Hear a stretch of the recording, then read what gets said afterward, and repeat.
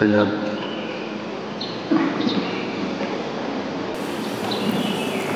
22 ya.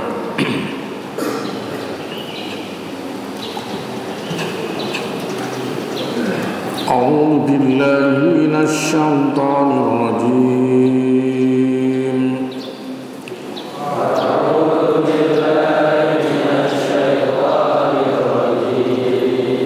Bismillahirrahmanirrahim.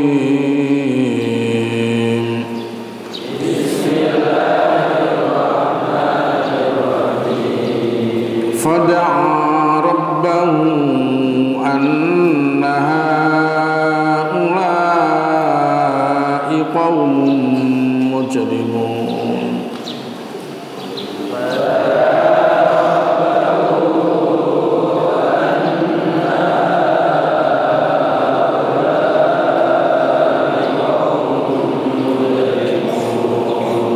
Fa'asri bi'ibadi laylan innakum muttaba'un.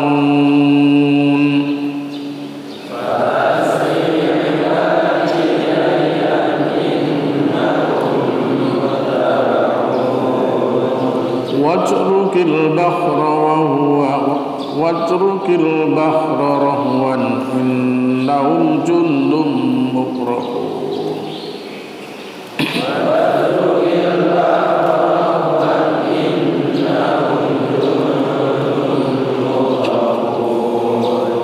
Watrukil bahra rahwan innahum jundum mukrahun.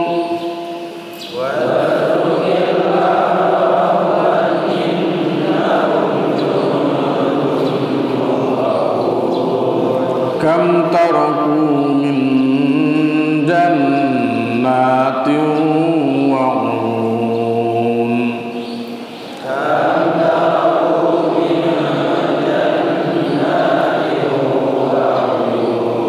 Wa zuru'in wa maqamin karim.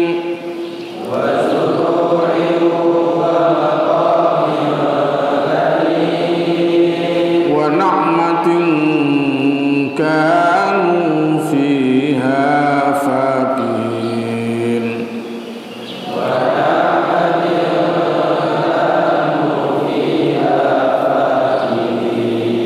Kadzalika wa awrasnaha qauman akharin.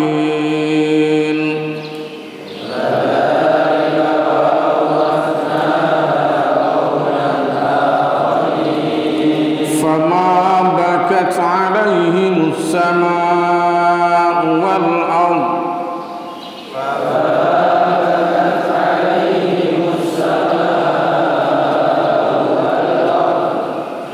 Fama bakat alaihim as-samaa'u wal ard wa ma kanu munzirin.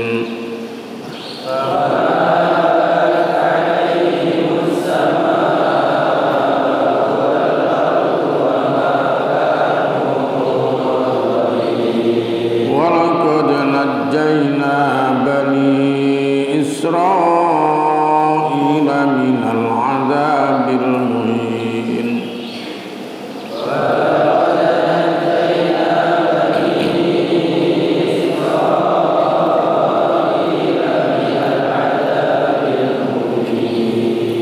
Min Fir'auna innahu kana 'aliyan minal musrifin.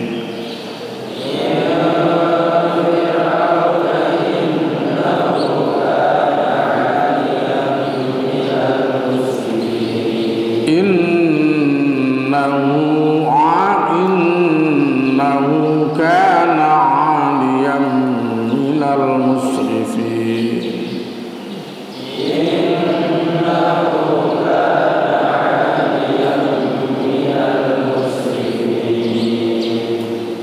Sadaqallahul azim. Allahumma faqihna fid din. Allahumma faqihna fid din. Allahumma alimna al-Qur'an, Allahumma alimna al-Qur'an, Allahumma alimna ta'wil al-kitab, Allahumma alimna ta'wil al-kitab, Allahumma alimna ta'wil al-kitab. Rabbana atina fid dunya hasanah wa fil akhirati hasanah wa qina adzabannar.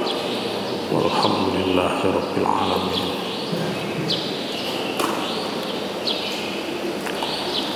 A'udzu billahi minasy syaithanir rajim.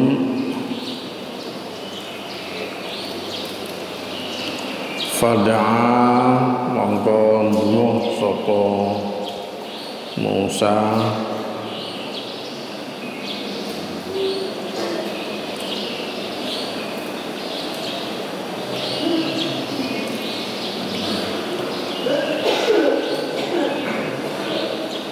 Rabbahu ing pangerane Musa.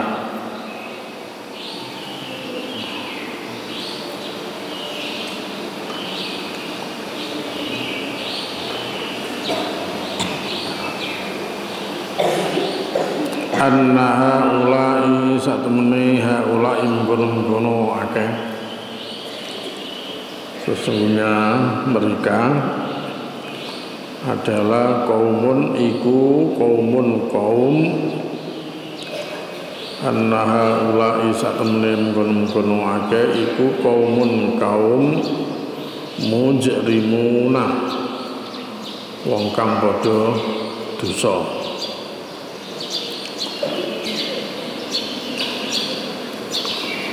Jadi Nabi Musa akhirnya memohon kepada Allah Subhanahu wa taala agar Fir'aun dan para pendukungnya supaya disiksa oleh Allah Subhanahu wa taala. Ya, doanya, ya Allah ya Rabb, annaha ulai qaumun mujrimun. Ya Allah, Tuhan, sesungguhnya mereka ini adalah kaum yang berdosa. Segerakan azab kepada mereka ya Allah. Jadi Nabi Musa berdoa begini setelah prosesnya panjang sekali. Ya, setelah upaya-upaya yang beliau lakukan dengan cara baik-baik pada Fir'aun tidak berhasil. Jadi upaya diplomatis ya, kalau sekarang itu upaya diplomasi itu sudah gagal. Ya, difahamkan seperti ini tidak bisa. Lewat cara begini tidak bisa. Ya, karena keangkuhan seorang Fir'aun. Ya. Karena keangkuhan seorang Fir'aun dan tentu para pengikutnya, karena mereka yakin bahwa Fir'aun dan pengikutnya ini berada di dalam posisi yang aman. Jadi memang begitu. Jadi bahayanya orang yang sudah terlalu lama ya merasa nyaman, biasanya mereka akan hidup dalam keterenaan, sehingga mereka sudah merasa aman dengan zona-zona yang nyaman itu. Hati-hati kamu. Jadi kita tidak boleh lengah di dalam zona yang nyaman gitu. Ya, karena itu bisa mencelakakan diri, bisa menyengsarakan diri. Jadi jangan merasa aman di zona yang nyaman. Dume wong tuane sugih, akhirnya lupa diri, karpe dhewe. Oh, hati-hati. Sing sugih, sing penak kuwi wong tuamu. Gitu. Ya. Yang kaya itu orang tuamu, yang mapan itu orang tuamu, yang punya jabatan itu orang tuamu, bukan kamu. Jadi kamu tidak boleh lengah dengan itu semua. Masa depanmu hanya ada pada Allah Subhanahu wa taala dan apa yang kalian ikhtiarkan. Ya. Direngeling kuwi. Bukan berarti nek wong tuane sugih, engko sesuk kowe bakal dadi sugih, durung mesti. Ya. Oh, wong tuamu melarat, bukan berarti karena orang tua melarat kamu nanti akan jadi melarat juga, tidak, tentu juga. Jadi itu bukan jaminan. Ya, hari ini yang kaya, yang miskin itu adalah orang tua. Tapi kalian sudah ditetapkan Allah Subhanahu wa taala sendiri rezekinya. Nahnu narzuqukum wa iyyahum. Kami yang memberikan rezeki kepada kamu dan juga kepada mereka. Jadi rezeki kita ini sudah di tangan Allah Subhanahu wa taala. Berapa sarannya, berapa banyak, di mana, hanya Allah yang tahu, dan kita hanya bisa meminta. Ya, kita bisa berikhtiar dan bisa meminta. Innallaha la yughayyiru ma biqaumin hatta yughayyiru ma bi anfusihim. Ya, bahwa Allah tidak akan merubah apa yang ada pada satu kaum sehingga dia mau merubah dirinya sendiri. Mau berubah enggak kita, mau lebih baik apa enggak kita? Kalau enggak, ya resiko. Ya. Jadi resiko. Jadi bahayanya kalau orang merasa aman di zona-zona yang nyaman, itu akibatnya seperti itu. Kenaan ini Fir'aun sama kaum-kaumnya ini, merasa bahwa nanti mereka akan berkuasa selamanya. Buktinya apa? Ramses I ada ini, terus sebelum dia begini. Ya. Jadi peta kenyamanan itu sudah dimiliki, sehingga mereka bayangkan bahwa mereka pun juga akan mengalami kenyamanan paling tidak sampai sekian lama gitu. Nah, lupa bahwa yang punya kekuasaan sesungguhnya itu adalah Allah, bukan Fir'aun, bukan siapa-siapa, tapi yang punya kuasa itu adalah Allah. Yang punya kekuasaan itu adalah Allah. Qulillahumma malikal mulki tu'til mulka man tasha wa tanzi'ul mulka mimman tasha wa tu'izzu man tasha wa tudhillu man tasha biyadikal khair innaka ala kulli syai'in qadir. Ya, jadi akidah kita ini sudah ditanamkan yang benar oleh Allah itu. Ya, bahwa kekuasaan itu milik Allah. Makanya kalau berdoa katakan Allahumma malikal mulki. Ya Allah, zat yang memiliki kekuasaan. Ya, yang punya kekuasaan itu Allah. Tu'til mulka man tasha. Engkau berikan kekuasaan itu orang yang kau kehendaki. Wa tanzul mulka mimman tasha. Engkau cabut kekuasaan itu dari siapapun yang kau kehendaki. Wa tu'izzu man tasha. Kau muliakan orang yang kau kehendaki. Wa tudhillu man tasha. Kau hinakan orang yang kau kehendaki. Biyadikal khair. Ya, di tanganmu lah ya Allah segala kebaikan. Innaka ala kulli syai'in qadir. Tulijul laila fin nahar wa tulijul nahara fil lail wa tukhrijul hayya minal mayyiti wa tukhrijul mayyita minal hayy. Ini tauhid ini. Jadi biar tidak kebablasan kayak Fir'aun, menganggap bahwa kekuasaan itu ada pada dirinya selama-lamanya. Ya, bahwa hidup itu akan seperti itu selama-lamanya. Kita tidak. Nah, kalau kita tidak, kalau kita sudah ada warning dari Allah Subhanahu wa taala, ya, tidak mungkin kita ini akan selamanya seperti itu. Ya, kita pasti ada. Ya. Karena ayatnya ahasiban nasu ayyutraku ayyakulu amanna wa hum la yuftanun. Apakah manusia itu mengira bahwa mereka nanti akan dibiarkan oleh Allah kalau mengatakan kami beriman, wa hum la yuftanun, kemudian mereka tidak diuji oleh Allah Subhanahu wa taala. Apa rumusnya? Oh, berarti tidak mungkin kita tidak diuji, pasti diuji oleh Allah. Ya, tidak mungkin kita dibiarkan oleh Allah, pasti akan diberikan ujian-ujian oleh Allah. Ini rumus hidup kita orang mukmin itu. Jadi sehingga dalam posisi apapun dan bagaimanapun bagi kita sebenarnya biasa saja begitu. Di saat kita kaya kita bersyukur, di saat kita miskin kita bersabar. Di saat kita jaya kita bersyukur, di saat kita bawah maka kita pun juga bersabar. Itu orang mukmin. Kenapa? Karena ini adalah gelombang kehidupan begitu. Ada kalanya gelombang itu di atas, ada kalanya gelombang itu di bawah gitu. Ada kalanya pasang, ada kalanya surut. Itulah kehidupan. Kadang bahagia, kadang kita susah. Kadang kaya raya, kadang juga kemudian jatuh miskin. Biasa saja itu. Ya, bagi orang mukmin itu hal yang biasa. Dan Rasulullah SAW ya melihat situasi yang seperti itulah yang menjadikan Rasulullah merasa kagum itu. Ajabal li amril mukmin inna amrahu kullahu lahu khair. Memang orang mukmin itu mengagumkan, menakjubkan karena semua perkaranya ya semuanya dianggap baik. Wa in asabatu sarra'u syakara fakana khairan. Kalau dia mendapatkan kesenangan, kebahagiaan, dia bersyukur dan itu baik baginya.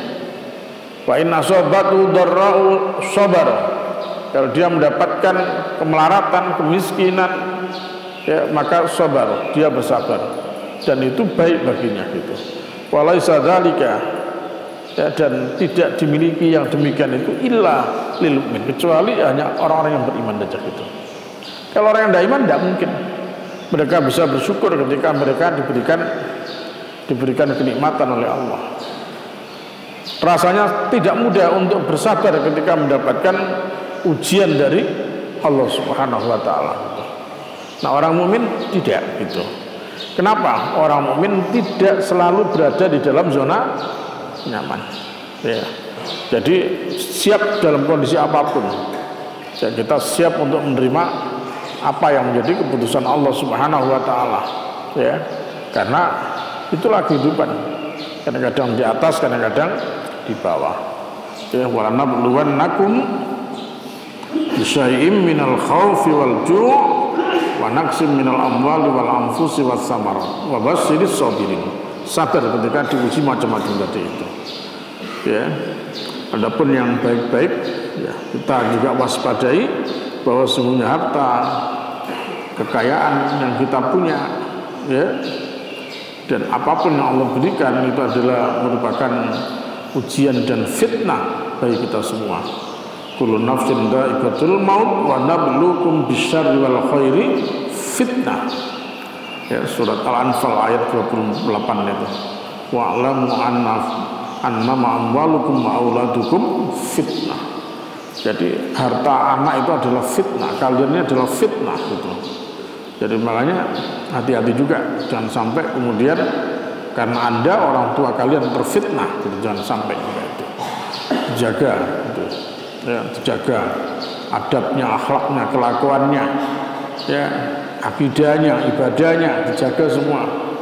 Jangan sampai ya orang tua kita kemudian terfitnah karena itu. Ya, nah ini. Sekali lagi akibat merasa nyaman di zona yang nyaman ya seperti Fir'aun. Oh, Skarpe Dewi, pengikut-pengikutnya juga sama seperti itu. Ikut sombong ya seperti dia begitu. Nah, orang yang merasa didolimi berdoa juga kepada Allah Subhanahu wa taala. Nabi Musa doa maring Allah, fada'a rabbahu, maka dia berdoa kepada Tuhannya, anna haula'i qaumun mujrimun, ya Allah, mereka ini adalah kaum yang berdosa ya Allah. Ya, segerakan azabnya untuk mereka ya Allah, segerakan azab untuk mereka ya Allah. Fa'asri mongko, Allah perintah kepada Nabi Musa, fa'asri mongko melaku bengi sira, fa'asri mongko berjalanlah kamu bi'ibadi kelawan hamba-hambaku, maka berjalanlah kamu bi'abdi kelawan hamba-hambaku lailan ing dalam waktu bengi. Wes ngene Musa, kamu dan hamba-hambaku yang lain yang beriman, kamu keluar dari Mesir ini ya pada malam hari. Ya, dalu-dalu para esok kamu keluar.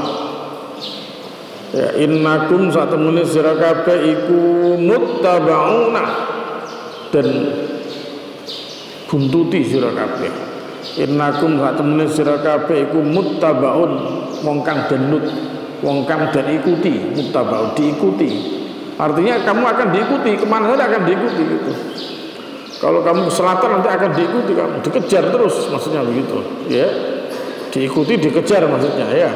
Muttabaun. Nanti kamu bakal diuber-uber terus gitu. Jadi Allah Subhanahu wa taala perintahkan kepada Nabi Musa dan para pengikutnya supaya meninggalkan Mesir ya di saat malam hari. Ya seperti inilah memang seluruh hampir nabi dan rasul Allah Subhanahu wa taala ketika mereka hendak diselamatkan Allah dari azab, ya mereka disuruh meninggalkan kampungnya pada sepertiga malam. Ya, lailan katanya pada sepertiga malam. Jadi makanya ya sepertiga malam ini waktu-waktu yang sangat baik ya. Waktu-waktu untuk berdoa, waktu-waktu untuk minta keselamatan dari Allah Subhanahu wa taala. Karena kaum-kaum terdahulu dibinasakan oleh Allah itu pada saat sepertiga malam itu. Jadi makanya kalau kamu di pondok dibangunkan sepertiga malam, ayo tangi sholat, bersyukur kamu. Kamu bersyukur kepada Allah. Ya. Karena biasanya azab itu datang pada sepertiga malam itu. Ya. Jadi kok kemudian kita dibangunkan oleh Allah ya lewat teman kita, lewat guru kita, bersyukur. Ya, kita harus bersyukur, alhamdulillah ini. Jangan malah marah-marah, ditanya marah-marah gitu. Tolu delu gugah-gugah mangkel lah gitu. Kalau temennya dijojok ya toh. Langsung temennya dikai jurus kuda tumbang ya toh. Jangan bersyukurlah gitu, alhamdulillah. Alhamdulillahilladzi ahyana ba'da ma amatana wa ilaihin nusyur. Bangun baca inna fi khalqis samawati wal ardi wa ikhtilafil laili wan nahar.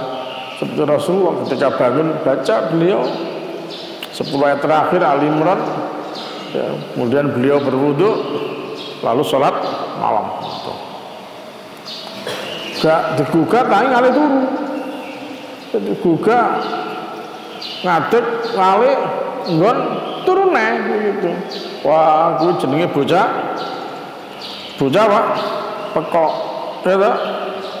Jenenge bocah pekok wis digugah salat tangi ya malah ngalih golek nggon turu neh lalu nyelempit meneh gitu kan. Turu ana celokane bangku gitu. Mlebu lajine bangku. Berarti iso sulapan gitu. Itu. Ini jenenge bocah orang ngerti. Ya, digugah, tangi, ya, ngambil wudu, ya, biar setan-setan ya ini hilang gitu. Ya, biar setannya hilang. Ambil wudu. Nah, baca 10 ayat terakhir. Ya. Baca subhanallah, alhamdulillah. Ya.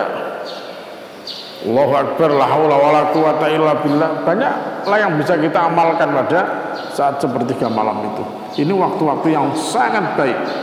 Ya, bahkan satu ayat khusus wa minal laili fatahajjad bi nafilatan lak asa ayyab'atsaka rabbuka maqamam mahmuda dan seterusnya itu. Di surat Thaha ayat 77. Ya, di surat Thaha ayat 77 Allah Subhanahu wa taala ya memberikan wahyu kepada Nabi Musa alaihissalam walaqad auhayna ila Musa an asri bi ibadi fadrib lahum tariqan fil bahri yabasa la takhafu darakan wa la takhsha.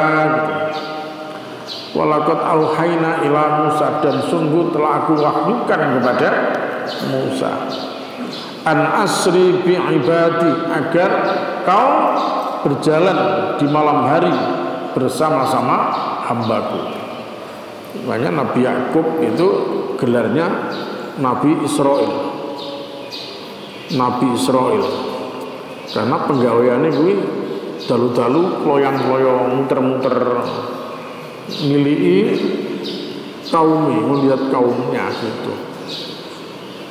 Malam delok parani yang kono ana wong nangis sapa enggak gitu. Sapa nangis iki, nangis kena apa? Menangis kelaparan atau menangis karena sakit atau karena apa? Tahu? Itu Nabi Yakub. Ya. Oh, iko semelekan wong dolinan sekat. Jam 2 kok dolanan sekat. Ayo mulai turun. Dobrak-ubrak. Dari jogo jagongan, gak jogo jenenge cangkruk. Jogo ngawasi ben ro sapa sing genah, sapa sing gak genah. Sapa sing ngarepe lapo-lapo ben weruh gitu. Ini jenenge jogo. Jogo menung tok jogo jenenge ngalit canggon cangkruk gitu. Ya. Berjalanlah kau wahai Musa di malam hari bi'ibadi, dengan hamba-hambaku, kaum Bani Israel. Fadrib, maka pukullah, mongko ngepukno sira lahum kanggo akeh tarikan, maka buatlah. Nah gitu, doroba yatribun, pukul itu ya maksudnya bikinlah ya lahum untuk mereka tarikan, sebuah jalan fil bahri, di dalam lautan, ya basan yang kering, ya basan kering. Ini kan luar biasa, ini perintah Allah kepada Nabi Musa. Musa, kamu bikin jalan untuk kaummu, untuk mereka, ya di tengah laut, ya bikinlah kamu jalan yang kering. Iki apa iki? Ayo, masuk akal apa enggak gitu? Gawe dalan sing garing di tengah lautan. Ya apa? Kan angel ini kan, di luar akal ini gitu kan. Gitu. Musa, wis kowe bengi-bengi metuwa, jangan kaummu engko gawe dalan nang segara sing garing. Gawe dalan nang segara sing garing. Gawe dalan sing garing ana tengah segara. Lho kan angel gitu. Ya apa gitu kan. Wah, ini memang cerita dalam Al-Quran ini juga merupakan apa ya, merupakan sumber inspirasi. Ya apa ini? Ya apa? Oh berarti lautan pun ternyata bisa dibikin jalan di sana begitu. Kan begitu Allah suruh kok itu Nabi Musa gitu, kamu bikin jalan di lautan. Kering jalan itu, jebasa lah paling mancep kabeh gitu kan. Bukan, itu kering gitu. La takhaf, ora usah wedi kowe. Kamu ndak usah takut. Kamu ndak usah khawatir. Darokan akan tersusul gitu. Kamu ndak usah khawatir, nanti akan terkejar itu. Wala takhsa, dan jangan takut juga. Ya, bedanya khauf dengan takhsa ini. Ya, takhaf ini ya kekhawatiran biasa saja, itu kekhawatiran.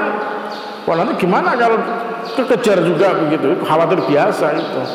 Ini yakhsha ini takut yang lebih daripada itu. Tenggelam lah itu sepi kok gitu.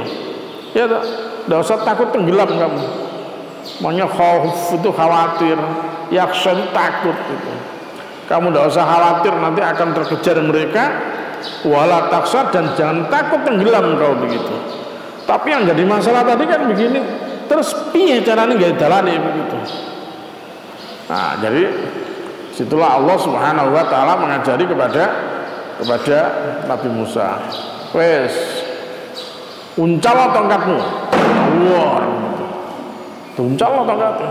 Lautan langsung terbelah begitu. Langsung terbelah lautan itu. Kaget kena pendungnya Nabi Musa ya. Tapi nek godhekmu pendungmu kan gebuk-gebuk kali ya.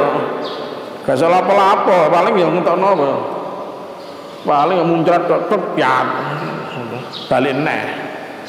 Ya, balik neh gitu. Makanya ibarat apa namanya? Ibarat menggunting air dalam gak kena juga untuk ya balik meneh. Beda dengan aku Nabi Musa begitu. Karena ini adalah ijaz, mukjizat itu. Berarti mukjizat itu sudah bergerak di luar kemampuan akal manusia gitu. Terus dasar di logika gitu. Ya apa ini gitu. Ya. Tongkat gitu. Piat. Ya, langsung semua jalan. Sepanjang jalan dari ujung ke ujung langsung belah. Wah. Semua air hanya begini aja begitu. Ini kering semua gitu. Ya. Ini tidak pernah terjadi di dunia sampai hari ini kecuali pada zaman Nabi Musa alaihissalam. Tapi kemudian itu menjadi inspirasi sumber ilmu. Oh, berarti segoro kuwi kena dibelah. Berarti segoro kuwi kena digawe dalan barang gitu. Muncullah Suramadu. Iya. Bau Suramadu kan garing tapi tengah segoro gitu. Suramadu itu. Siapa sing Madura? Ndi Madura ngajeng. Nah, ndi Madura. Mana Madura enggak salah lanang begitu. Tidak ada. Siapa? Madura mana kamu? Hah? Kamal. Kamu kalau Kamal lewat tengah laut, dalam laut apa lewat jalan kering apa jalan basah? Hah? Jembatan, lewat jalan kering ya tak? Itu karena pengetahuan ya. Oh, Quran ternyata setelah digali gitu. Iya gitu. Awalam yarau ila tayri sofat itu surat Al-Mulk ya. Apakah kau tidak memperhatikan burung ya yang ada di udara itu? Saya perhatikan itu. Oh, ternyata bisa. Pak burung sayapnya diem gini bisa ngecet, bisa gitu. Itu kalau orang dikasih otak dipikir itu. Oh, berarti kita bisa bikin gitu. Apa ini? Bikin pesawat jadinya gitu manusia gitu. Ya, mana kalau mau ngaji gak tambah bodoh sebenarnya gitu. Mau ngaji tambah pinter gitu. Ya, karena hanya berpikir gimana ya caranya supaya satu benda itu bisa terbang dan tidak jatuh gitu. Ngaji itu Quran ngaji nih ya tak? Makanya Dr. Maurice Prancis itu masuk Islam gara-gara Quran ini gitu. Makanya sampai dia bikin bandingkan antara Al-Quran, Bible dan sains gitu. Ini sebuah karya tulis besar Dr. Maurice ya, seorang Nasrani dulu dari Prancis itu. Membandingkan antara Al-Quran, Bible dan sains gitu. Apa yang mereka simpulkan? Ternyata Al-Quran ini adalah kitab yang sangat sempurna. Quran adalah wahyu Allah, kitab yang sangat sempurna, sumber ilmu, sumber pengetahuan, sumber keimanan dan seterusnya, dan tidak dimiliki oleh kitab-kitab yang lain gitu. Makanya shadaqallahul adzim wa tammat kalimatu rabbika sidqan wa adlan la mubaddila li kalimatihi wa huwas samiul alim gitu. Ono wong dijak ngaji ora gelem kuwi jenenge wong apa? Pekok. Dijak ngaji gak gelem. Apalagi orang-orang yang berilmu Quran kuwi malah tambah penasaran gitu. Karena semakin apa ya, dia semakin tertantang gitu. Oh, masya Allah gitu. Coba bayangkan ini, lihat ini. Nabi Musa dikon gawe dalan ana segara, tapi garing dalan kuwi gitu. Nyopo gawe ini gitu. Ya, ini mukjizat kalau Nabi Musa. Tapi setelah pasca Nabi Musa alaihissalam, mereka mencoba berpikir, sekarang ada ya jalan yang dibikin di dalam lautan itu. Artinya nyebrang sana ya sudah. Bahkan sekarang sudah ada juga rekreasi dalam lautan. Apa kamu dijebol gitu ya? Gitu. Oh, itu dihitung semua. Kekuatan arus ini berapa, maka barang ini harus kekuatannya seberapa begitu. Walaupun mungkin kalau masuk ya takut-takut juga ya, bisa melihat semuanya itu. Ikan paus, ikan hiu, ikan kecil warna-warni begitu. Oh, asik juga itu wisata laut, wisata bahari itu ya. Itu. Nah, itulah sumber daripada pengetahuan. Jadi Quran itu luar biasa hebat gitu. Ya, luar biasa hebat. Semakin orang membaca Al-Quran, semakin luar biasa. Ketika orang baca surat Yusuf itu, ketika orang baca surat Yusuf itu, Yusuf itu nabi yang ada di Mesir, ya, di Ngiling gitu ya. Nabi Yusuf itu adalah nabi yang diutus oleh Allah di Mesir gitu. Apa yang terjadi pada Nabi Yusuf? Bicara masalah pertanian itu, ya tak? Nabi Yusuf ini lebih banyak bicara masalah pertanian, bagaimana bertani yang baik gitu. Ya, bagaimana untuk menyiapkan ketahanan pangan. Jadi kalau zaman dulu Pak Soeharto, presiden kita, presiden yang kedua Pak Harto itu bikin ketahanan pangan, aman memang kita urusan makan itu. Tapi setelah kita kemudian lepas dari itu, tidak karu-karuan, impor beras, impor ini, tidak karu-karuan gitu. Negara yang kaya raya, gemar ripalo jinawi menjadi kelabakan semuanya. Kita harus impor dari sana, impor dan beras, impor dari Thailand, impor dari Vietnam. Lucu banget itu. Padahal negara kita ini 2/3 adalah daratan dan subur tanahnya, tapi padi aja beras harus impor gitu. Padahal dulu zamannya Pak Harto dulu tidak impor kita, justru malah kita ekspor beras. Nanti kita beras kita jual ke luar negeri. Ya, setelah Pak Harto kita beli dari luar negeri gitu. Maka kita menjadi negeri yang tidak punya ketahanan gitu. Nah, baru sekarang presiden ini ya Pak Prabowo ini baru beliau mencanangkan program ketahanan pangan itu. Ya. Ini kalau mau baca Quran itu surat Yusuf itu banyak itu. Jadi kalau satu negeri itu ingin aman, maka pangannya harus aman gitu. Ya. Maka harus menanam itu. Ya, bagaimana takwil Nabi Yusuf terkait mimpi dia kan? Suruh apa? Nanam berapa lama itu? Karena akan mengalami masa-masa sulit sekian tahun itu, maka harus menanam itu. Hebat itu. Diceritakan di Al-Quran surat Yusuf itu. Jadi program ketahanan pangan Pak Prabowo itu ngerepek Al-Quran itu.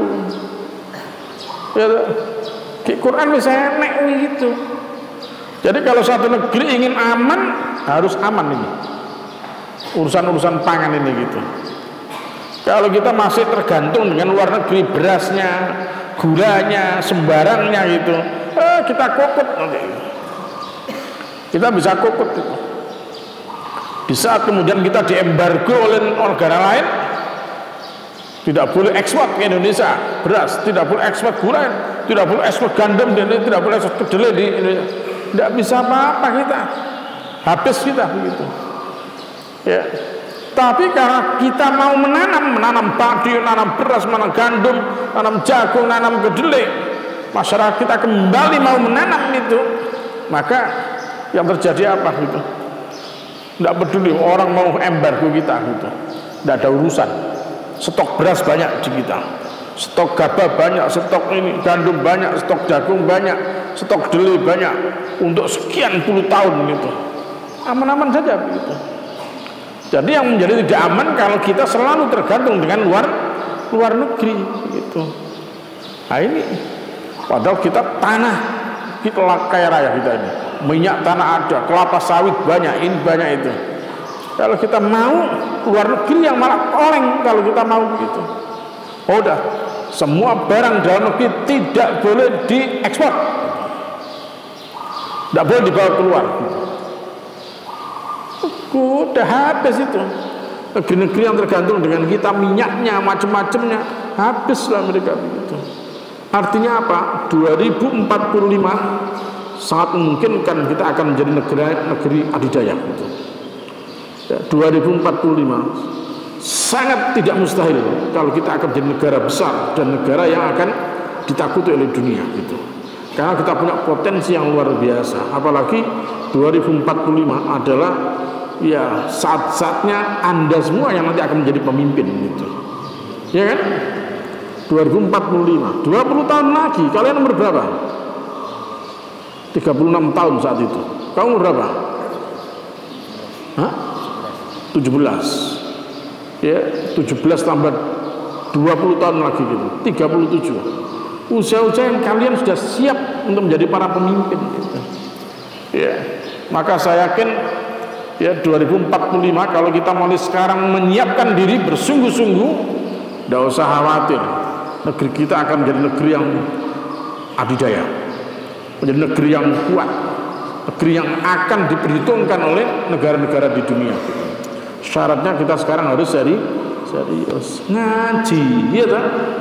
Nah, ngaji ini baru kita mendapatkan sumber ilmu.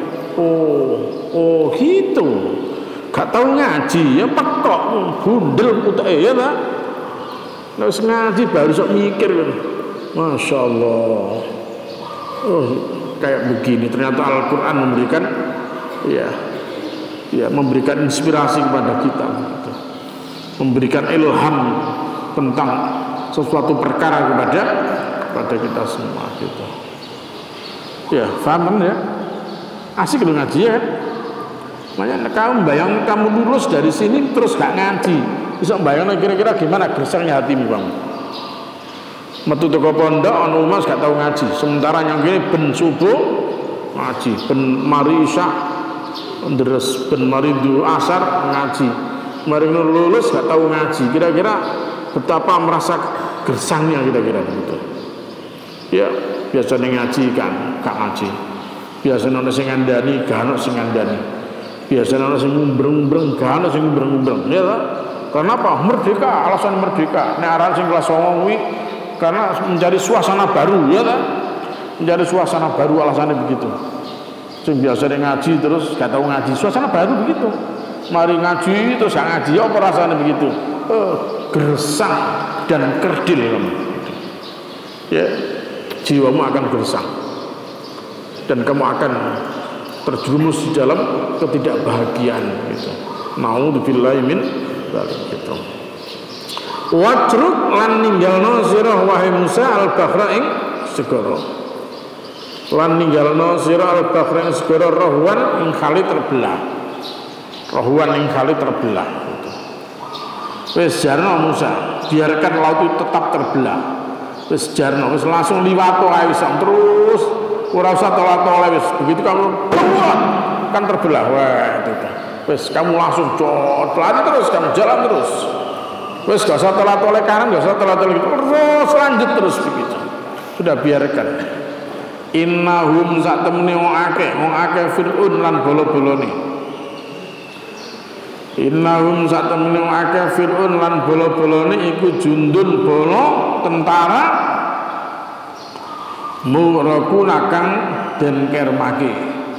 Ketahuilah bahwa sungguhnya Fir'aun itu adalah bala tentara yang nanti akan ditenggelamkan. Jadi ini skenario Allah. Nabi Musa wis dikandani, wis ya dalan gepukno itu. Ya. Kalau nanti sudah terbelah kamu terus lari, tidak usah tolak-tolak kamu. Kamu pengikutmu ajak terus, seberang terus walaupun kamu dikejar, tidak usah takut, tidak usah khawatir, tidak usah takut, terus saja kamu. Nah, bener begitu sampai di tepi daratan yang satunya dan semuanya sudah naik, maka Allah Subhanahu wa taala ya membuat keputusan yang baru lagi. Wes muncul lagi tongkatmu, tos. Akhirnya air kembali tumpah lagi, dari situlah maka Fir'aun ya sama kaumnya kodok kelelep kabeh. Ada kelelep itu. Apa yang keluar dari mulut Fir'aun saat itu? Amantu bi Rabbi Harun wa Musa. Tuhan, aku sekarang beriman kepada Tuhannya Harun dan Tuhannya Musa.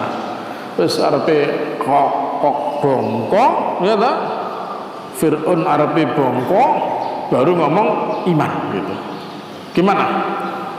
Tidak bermanfaat iman ketika nyawa sudah berada di dalam tenggorokan. Makanya malam juga gitu. Tobat kita diterima Allah itu kalau ya roh kita ini masih ada lengkap begini ini. Maka di sini salah-salah bertobat kepada Allah, yang berdosa minta ampun kepada Allah Subhanahu wa taala. Laku kok megap-megap baru ngomong tobat tidak diterima oleh Allah Subhanahu wa taala. Ya, maka keimanan Fir'aun kepada Allah Subhanahu wa taala sudah terlambat sekali karena dia sudah dalam keadaan mau mati gitu. Mati kelelep itu. Ya. Wes mati kowe gitu. Ya. Mati sudah tidak bisa berkutik gitu. Nah. Itu cerita tentang Fir'aun. Ya, Fir'aun yang mengajak kaumnya ya untuk masuk neraka, keturutan jadinya itu. Ya, karena mereka mati tenggelam semua begitu. Ya. Hanya yang diselamatkan oleh Allah adalah bangkainya Fir'aun. Kalau bangkainya pengikutnya tidak tahu kemana saja sudah, mungkin dimakan ikan pindang, ikan rotok, ikan apa aja itu, dipangani asin ya, wak sepil ya lah, ditutuli kalau wak sepil malah gitu kan gitu. Hanya si siapa itu yang si Fir'aun yang diselamatkan oleh Allah utuh tuh gitu ya. Nah selain Fir'aun sudah habis semuanya begitu. Nah ini ayat-ayat Allah Subhanahu wa taala yang memang patut untuk kita renungkan gitu. Nah, jadi kalau lihat cerita-cerita begini ini memang yang paling menarik, cerita ini harus langsung disertai kita berangkat bareng-bareng ke Mesir. Itu baru menarik ini gitu. Nah, ini mendengar cerita gini aja sudah menarik itu, apalagi kita berangkat ke Mesir gitu. Sana 1 bulan kita melihat di sana, belajar bahasa Arab, muter-muter di sana juga itu sambil melihat bagaimana pita sejarah perjuangan ya Nabi Musa dengan melawan Fir'aun, kemudian bagaimana sejarah ya perjuangan Nabi Yusuf alaihissalam di sana, kemudian apalagi yang ada di sana ya ayat-ayatnya harus kita kumpulkan mulai sekarang. Cerita tentang Mesir, Musa, Fir'aun, Yusuf ini di surat apa saja kita harus kumpulkan juga. Nah, nanti kemudian kita perdalam di sana gitu. Ngaji tafsir langsung di sana gitu. Oh gini ya. Kalau di sini kita kan bayangkan negeri Madian itu di mana ya gitu. Kayak cerita tentang Ashabul Kahfi. Ya, gimana ya? Anjing mereka ada di sebelah mana ya? Kita hanya bayangkan saja gitu. Karena kita belum ke sana. Kalau kita ke sana baru kemana? Ke Yordan sana kita. Siru fil ard, perintah Allah begitu masalahnya. Siru fil ardi fanduru kaifa kana akibatul ladina min qabl gitu. Suruh berjalan, memang kita disuruh Allah, ayo melaku orang gitu. Berjalanlah kamu ke sana gitu. Nah, baru ke Yordan kita begini. Oh, ketika ke Turki melihat bagaimana Al-Fatih, cerita Al-Fatih itu baru ditemukan di Konstantinopel. Sudah tahu Konstantinopel belum? Di mana Konstantinopel? Di mana? Di Turki sana. Ya. Itu Masya Allah. Ya. Melihat langsung bekas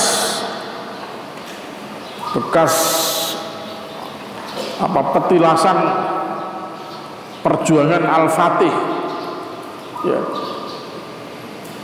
yang luar biasa gitu. Begitu masuk museum yang luasnya bukan main museum itu juga, kita masuk langsung terbawa seakan kita perang pada saat itu. Ini yang di Andalusia, yang di Bizantium ya, di Konstantinopel. Wah gitu. Wah luar biasa di sana. yang kemudian masuk bekas gereja Hagia Sophia itu. Oh, cantik juga. Masalahnya kamu sudah punya paspor belum? Sudah punya paspor belum?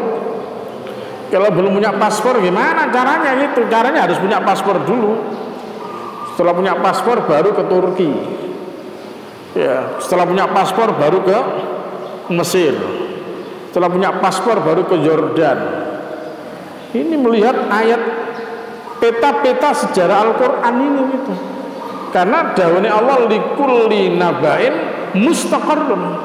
Setiap cerita dalam Al-Quran ada tempat-tempat yang memang ada peristiwa itu.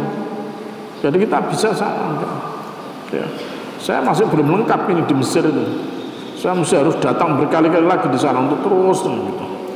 Ya, menarik itu. Turki saya juga masih belum lengkap, harus datang lagi ke Turki gitu. Harus datang lagi ke sana-sana untuk melihat ini gitu. Siru fil ard. Ayo berjalan kamu di muka bumi itu. Merenungkan ayat-ayat Allah Subhanahu wa taala. Luar biasa ini kita tafsir, ya, tafsir Al-Quran yang terkait dengan satu negeri tertentu yang disebut oleh Allah itu. Kalau Mesir kan namanya langsung disebut oleh Al-Quran, ya tak? Mesir langsung disebut. Kalau Yordan tidak disebut. Ya, kalau Mesir langsung disebut oleh Allah dalam Al-Quran. Nah, itu menarik banget, itu ada apa begitu kan? Ini sesuatu mesti menarik banget kalau Allah nyebut-nyebut di situ begitu.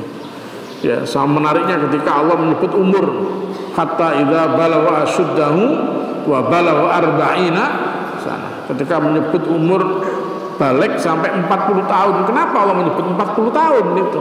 Kok tidak 35 tahun? Kok tidak 45 tahun? Kok tidak menyebut 50 tahun? Kalau Allah menyebut 40 tahun, ini mesti penuh misteri ini gitu. Maka perlu dicari misteri 40 tahun gitu kan. Nah, itu misteri angka 40 bagi manusia gitu. Ada apa ini 40 tahun ini ya gitu. Kalau langsung menyebut 40 tahun, bukan 50 tahun, bukan 60 tahun itu. Ya.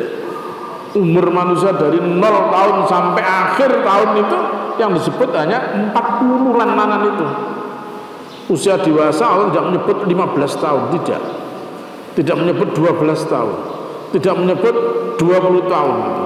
Tapi Allah hanya menyebut idza balagha asyuddah gitu. Ya, asyuddah. Tapi ketika bicara 40 langsung disebut wa balagha arba'ina sana gitu. Ya, surat Al-Ahqaf ayat 15 itu. Ya. Nah, ini kita perlu pelajari, berarti ada sesuatu yang menarik dalam ayat itu gitu. Ya, mudah-mudahan Allah Subhanahu wa taala ya berikan kesempatan kepada kita rezeki, ya, tenaga, pikiran untuk bisa mengkaji ayat-ayat Allah Subhanahu wa taala yang lebih dalam, baik secara ilmul yakin maupun ainul yakin, ya, sehingga kita semakin yakin dengan apa yang Allah Subhanahu wa taala jelaskan di dalam Al-Qur'an ini. Mudah-mudahan menjadi ilmu yang manfaat, ya, menjadi ilmu yang berkah, menjadi kebaikan, ya, untuk kita, untuk orang tua kita, untuk jamaah kita, dan semoga Allah Subhanahu wa taala berikan kepada kita semua, orang tua kita semua, keluarga kita semua sehat walafiat, ya, yang sakit-sakit semoga diberikan sehat walafiat oleh Allah, berikan kesembuhan, dan semoga kita semua diberikan kemudahan di dalam segala urusan. Ya, semoga Allah Subhanahu wa taala lapangkan rezeki kita semua, rezeki para jamaah kita, ya, rezeki orang-orang yang soleh semua, dan semoga kelak kita semua diwafatkan Allah dalam keadaan husnul khatimah, dan Allah kumpulkan kita bersama Nabi kita yang kita cintai dan para Rasul Allah Subhanahu wa taala yang Allah cintai, bersama juga dengan hamba-hambanya yang Allah Rasul cintai di dalam surga yang penuh dengan nikmat, surga yang penuh dengan kebahagiaan. Rabbana atina fid dunya hasanah wa fil akhirati hasanah wa qina adzabannar. Subhana rabbika rabbil izzati amma yasifun wa salamun alal mursalin walhamdulillahi rabbil alamin. Subhanakallahumma wa bihamdika asyhadu an la ilaha illa anta astaghfiruka wa atubu ilaik. Assalamualaikum warahmatullahi wabarakatuh.